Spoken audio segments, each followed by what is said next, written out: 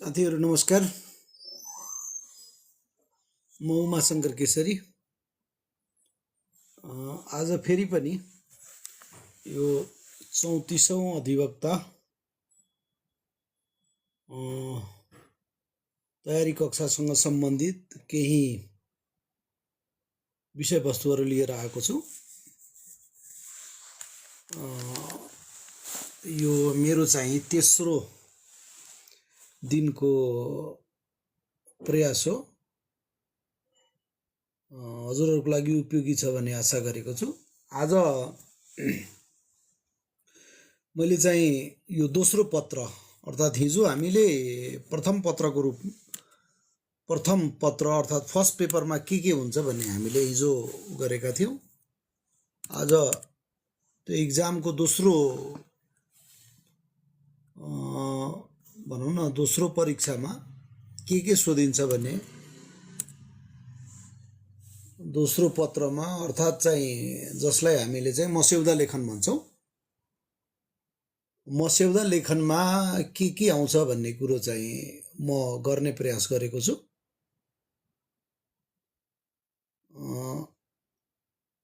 म सकेसम्म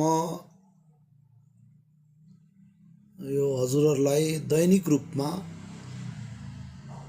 9 बजे भनौँ न मैले केही गाइडेन्सहरू, म पूर्ण तयारी भन्दा पनि केही गाइडेन्सहरू तपाईहरुलाई दिने प्रयास गर्नेछु, आफूले भोगेका कुराहरू यो अधिवक्ता लाइसेन्स लिने क्रममा। अब दोस्रो पत्रको कुरा गर्दा, दोस्रो मस्यौदा लेखनको कुरा गर्दाखेरि यसमा हजुरहरूलाई 15वटा भनौँ न 15वटा मुद्दाहरू, जसमा देवानी मुद्दा, फौजदारी मुद्दा र रिट सम्बन्धी लिखत दिएको छ। यसमा के सोध्छ त? यो चाहिँ देवानी मुद्दाको लिखतको मस्यौदा 30 अङ्कको हुन्छ। हामीले पढ्नुपर्ने चाहिँ 15वटा मुद्दा हो, तर इक्जाममा आउँदाखेरि हामीले चाहिँ यो प्रश्नहरू हेर्दाखेरि धेरै पढिएको छ, खासै प्रश्न रहेनछ जस्तो हुन्छ, तर हामीले लेख्नको लागि प्र्याक्टिस गर्नै पर्छ। अब मेरो चाहिँ हजुरहरूलाई सल्लाह चाहिँ के हो भने तपाईहरु आफै पनि सेल्फ प्रिपरेसन गर्न सक्नुहुन्छ। हिजो मैले भनेको थिएँ दैनिक 2 सेट चाहिँ एमसीक्यू तयारी गर्नुस्, बिहान 1 सेट, बेलुका 1 सेट। यसरी चाहिँ तपाईले इक्जाम आउँदासम्म तपाईले 50 सेट जति तयारी गर्नुहुन्छ भने तपाईलाई एमसीक्यूमा सफलता आउँछ हैन। अनि यसमा चाहिँ यो बुक्सहरू हामीले लिएरै जान पाउँछौँ। त्यो बुक्सहरूमा फर्मेट दिएकै हुन्छ मस्यौदा लेखनको। भर्खरै पास गर्नुभएको भाइ बहिनीहरूलाई त खासै गाह्रो हुँदैन, उहाँहरूले प्र्याक्टिस गर्दै आउनु भएको छ। र कानुन व्यवसायीको रूपमा पनि कतै काम गर्नु भएको छ भने, कतै सहयोगीको रूपमा भने उहाँहरूलाई पनि खासै अलि बढी भइसक्यो पढेको भने उहाँहरूलाई चाहिँ अलिकति समस्या आउँछ। यसमा प्रथम पत्रमा देवानी मुद्दाको लिखतको मस्यौदा हुन्छ, जसमा यसमा चाहिँ सोध्ने भनेको फिराद पत्र, प्रतिउत्तर पत्र, अन्तरकालीन आदेश उपरको निवेदन, बहस नोट, पुनरावेदन,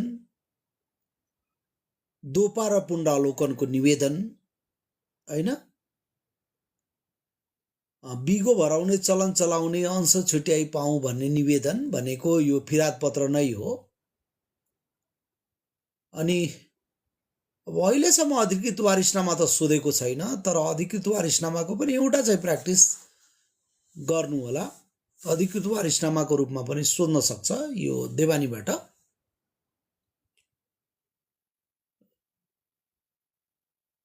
फिराद पत्र यो निवेदन हो मुद्दाको लागि। इनिसियली मुद्दा दर्ता गर्दाखेरि प्रतिउत्तर भनेको त्यही फिराद पत्रको खण्डन गर्ने हो। जसले मुद्दा दायर गर्नुहुन्छ वादीको तर्फबाट फिराद पत्र निवेदन हाल्ने हो अदालतमा।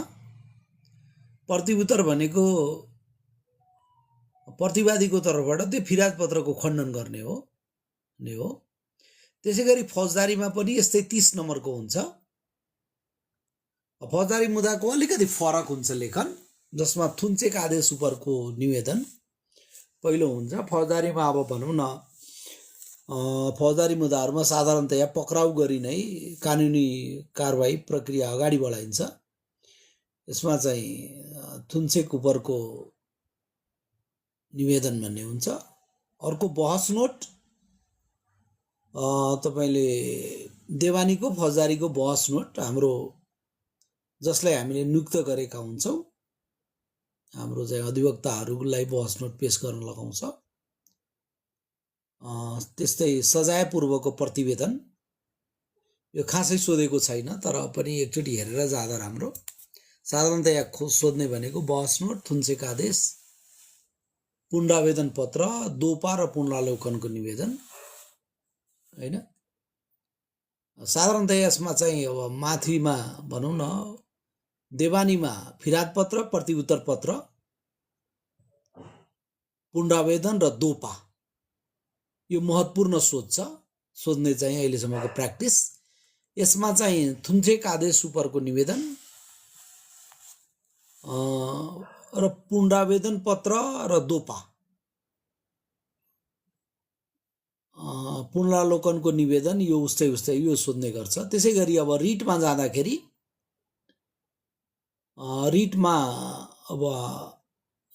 यो पनि 30 नम्बरको हुन्छ। यसमा चाहिँ रिट निवेदन, उत्प्रेषण, परमादेश, प्रतिषेध, बन्दी प्रत्यक्षीकरण, अधिकार पृच्छा, निषेधाज्ञा हैन, यिनीहरू चाहिँ सोध्ने गर्दछ। अनि रिट निवेदनको दरफिट उपरको निवेदन, अन्तरिम आदेश उपरको उपचार, लिखित जवाब, बढी जसो लिखित जवाब सोध्छ।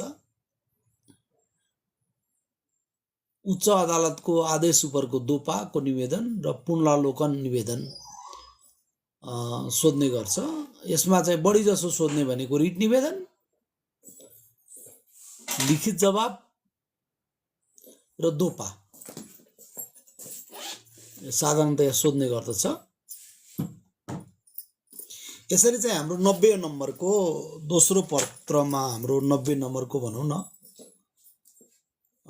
90 नम्बरको हाम्रो चाहिँ यसरी क्वेसनहरू सोध्छन्। मैले हजुरहरूलाई अघि पनि निवेदन गरेँ, प्र्याक्टिस चाहिँ हरेक मुद्दाको सबभन्दा पहिले भनौँ न यो 15वटा हामीलाई चाहिँ मुद्दाहरू दिया हुन्छन्।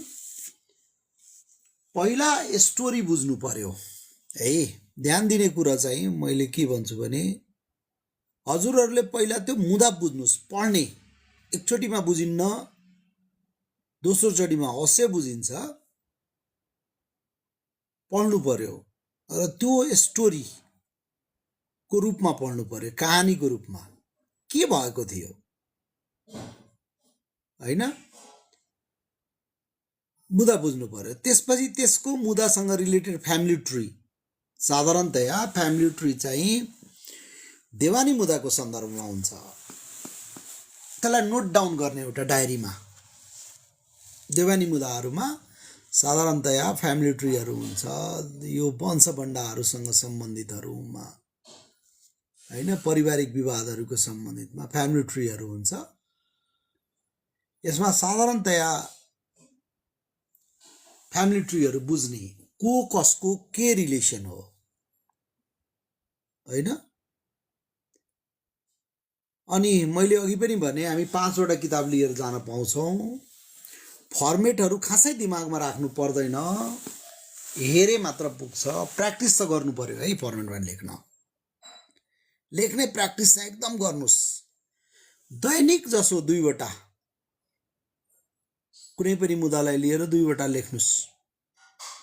हरेक मुद्दाको कमसेकम 2-2वटा, जस्तो फिराद पत्र हो भने एकातिरबाट वादीको तर्फबाट फिराद पत्र हो भने अर्को तर्फबाट प्रतिउत्तर प्र्याक्टिस गर्नुहोस् हैन। अनि यसरी चाहिँ प्र्याक्टिसले नै पर्फेक्ट हुन्छ। मैले हजुरहरूलाई भने पहिलो स्टोरी बुझ्ने, कहानी के हो, यसको चाहिँ के भएको थियो, फ्यामिली ट्री बुझ्नु पर्यो को हो त, अनि यसमा कुन कुन कानुन चाहिँ लाग्दछ। तपाईले चाहिँ फिराद पत्र दायर गर्दाखेरि कुन कानुन बमोजिम तपाईले आफ्नो चाहिँ न्याय माग्न जाँदै हुनुहुन्छ हैन त्यो कानुन बुझ्नु पर्यो कानुन चाहिँ हुन त हामीले चाहिँ त्यो हेर्न पाउँछौं त्यो किताबमा हैन फलानुको दफा यति बमोजिम भनेर हेर्न पाउँछौं त्यही कानुन हामीले लेख्न पनि पाउँछौं सार्न पाउँछौं त्यो कानुन हामीले लगेको बुकबाटै हुन्छ तर बुझ्नु त पर्यो नि कुन कानुन कहाँ लाग्छ अनि त्यसपछि अर्को महत्त्वपूर्ण कुरा भनेको नजिर हरेक तपाईले चाहिँ नजिरहरू त्यहाँ लेख्नु पर्ने हुन्छ नजिरको त कुनै पनि उपाय छैन तपाईले सार्न पाउनुहुन्न हेर्न पाउनुहुन्न नजिर त तपाईले के गर्नु पर्यो भने यादै गर्दा हुन्छ त्यो फलानुको निर्णय नम्बर नेकापा निर्णय नम्बर यति कृतिमा फलानु सिद्धान्त प्रतिपादन भएको हो सोही सिद्धान्त बमोजिम चाहिँ तपाईले अब फिर्याद दायर गरेको हो कि तपाईले प्रतिउत्तर दिँदै हुनुहुन्छ कि यो चीजहरु बुझ्नु पर्यो अनि यसरी बुझ्दै जाँदाखेरि तपाईले बुझ्दै जानुभयो भने हामीसँग 1 महिना भन्दा बढी छ यसरी आजैदेखि लाग्नु पर्यो अब हैन एक्जाम आउँछ 3 दिन र 4 दिन पढाउँला अनि हैन कोही चाहिँ पहिलेदेखि अब मैले भनिहाले तयारीमा हुनुहुन्छ पहिलेदेखि गर्नु भएको छ भने त पुग्ला तर साधारणतया पुग्दैन त्यति पढाइले दैनिक तपाईले चाहिँ कम से कम 2 घण्टा 3 घण्टा पढ्नै पर्छ यो मुद्दाहरु लेख्ने प्र्याक्टिस गर्नै पर्छ एमसीक्यू चाहिँ तपाईले तयारी गर्नै पर्छ अब आज धेरै लामो गर्ने मैले प्रयास गरिन अब भोलि भनौं न पुनः म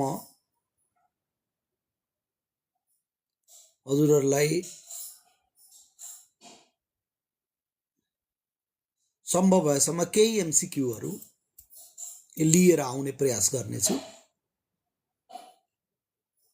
अनि त्यो सँगै अब एमसीक्यूहरु केहीहरु र त्यसपछि चाहिँ म केही स्टोरीहरु भनौं न एउटा समराइज रूपमा ल्याउने प्रयास गर्नेछु भोलि चाहिँ म सम्भव भएसम्म एमसीक्यू को केही प्रश्नहरु ल्याउने प्रयास गर्नेछु र हजुरहरुले यो हल गर्ने प्रयास गर्नु होला यति भन्दै आजको छोटो लाइभ म यही टुङ्ग्याउँछु धन्यवाद गुड नाइट